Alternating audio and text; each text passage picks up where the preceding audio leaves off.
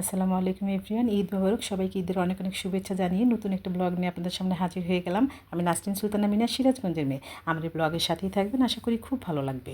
আজকে কিন্তু সকালবেলা ঈদের দিন, সকালে উঠে ফজরের নামাজ পড়ে মায়ের সঙ্গে চা খাচ্ছিলাম। আমার সঙ্গে বাসায় কলিং বেল বেজে উঠেছে। বড় ভাই চলে এসেছে মায়ের জন্য গাছের কলা, সেমাই আর লুচি নিয়ে। এভাবে করে ভাই মায়ের সঙ্গে দেখা করতে আসলো। আমরা 9 ভাই বোন। একই বিল্ডিংয়ে থাকি না, কিন্তু একই জায়গার মধ্যে তিন চারটা বিল্ডিং, 24 শতক জায়গা। আবার ভাইরা সবাই থাকেন পাশাপাশি, তো এইভাবে করেই আমরা থাকি।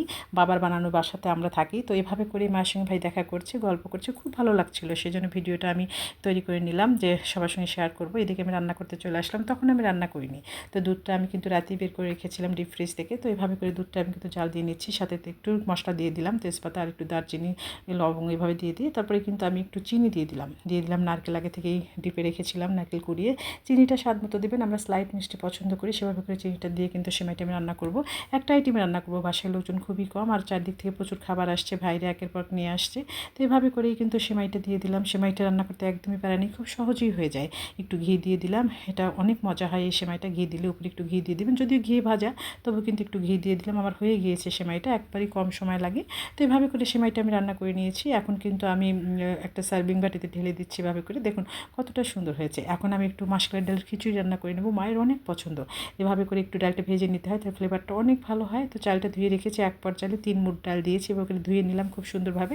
চালটা আগে ধুয়ে নিয়েছিলাম, ডাল দেওয়ার পর একবার ধুয়ে নেব। তারপরে কড়াই কিন্তু তেল দিয়ে একটু মশলা দিয়ে দিলাম, দারচিনি, এলাচ আর তেজপাতা। এখন একটু পেঁয়াজ কেটে রেখেছিলাম আর রসুন, এভাবে করে ভেজে নিলাম। তারপর চালটা দিয়ে দিলাম, এভাবে কিছুক্ষণ ভেজে নেব। একটু রসুন বাটা দিয়ে দিলাম, একটু জিরে বাটা দিয়ে দিচ্ছি, একটু সামান্য পেঁয়াজ বাটা দিয়ে দেবো।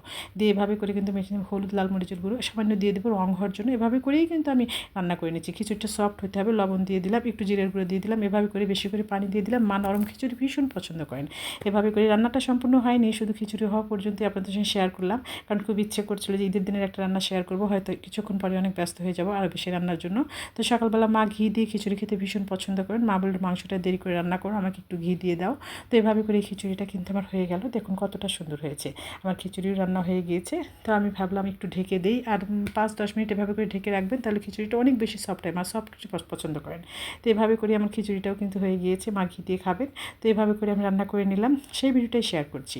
এখন একটা সার্ভিং বাটিতে আমি দিয়ে দিচ্ছি। দেখুন কতটা সফট আর নরম হয়েছে। এই খিচুড়িটা বাচ্চারাও পছন্দ করে, মায়ের অনেক পছন্দ। তো এভাবে করেই কিন্তু আমি করে নিলাম, সেই অল্প রান্নায় শেয়ার করছি। পরবর্তী ভিডিওগুলো আপনাদের সঙ্গে আমি শেয়ার করব ধীরে ধীরে। তো রান্নাটা হয়ে গিয়েছে, এভাবে করেই আমি সার্ভিং বাটিতে দিয়ে দিয়েছি। দেখুন কতটা সুন্দর। টেবিলেও কিন্তু আমি দিয়ে দিয়েছি, মাকে ডেকেছি খাওয়ার জন্য, মা চলে এসেছে।